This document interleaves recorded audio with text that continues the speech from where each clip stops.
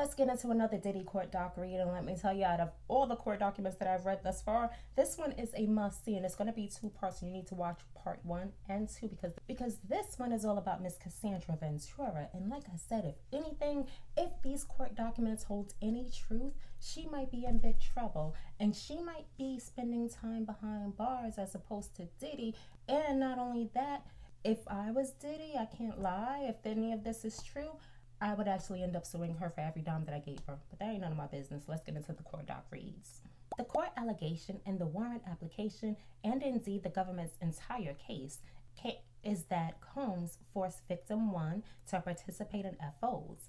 In its March warrant application to search the residences, it stated, redacted, this statement was based on investigators' interview with victim 1, which took place 5 years after the events. But the government unaccountability failed to inform the magistrate judge, redacted, both of which severely undermines its accounts.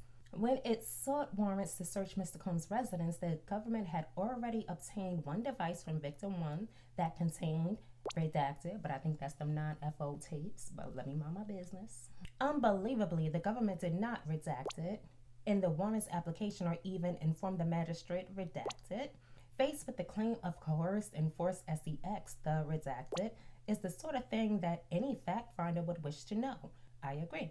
This was no accidental omission. By the time it obtained the warrants to search Mr. Combs' residence, the government had already obtained redacted. Once again, these redacted contradict the government's claims that FOs were coerced.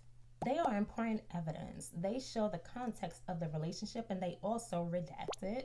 They are the kind of thing that any magistrate judge would wish to know when reviewing a warrant application in an sex trafficking case.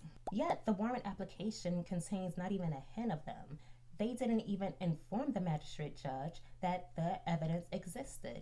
They simply stated that, redacted. This was intentionally misleading. And just FYI, before y'all get started on this too, this court document was filed by none other than Marc Agnifilo, but there were actually 2 female lawyers who also signed this. So I know people have been pushing this, their partners in crime is in Marc Agnifilo, and Diddy. I know they've been pushing this partner in crime kind of concepts. However, with 2 women putting themselves out there as well, and we're talking about major assaults against women, it just adds more credibility. I'm just saying. Stick around for part 2 because I promise you, your jaws are going to be on the floor when I'm finished reading this. Bye.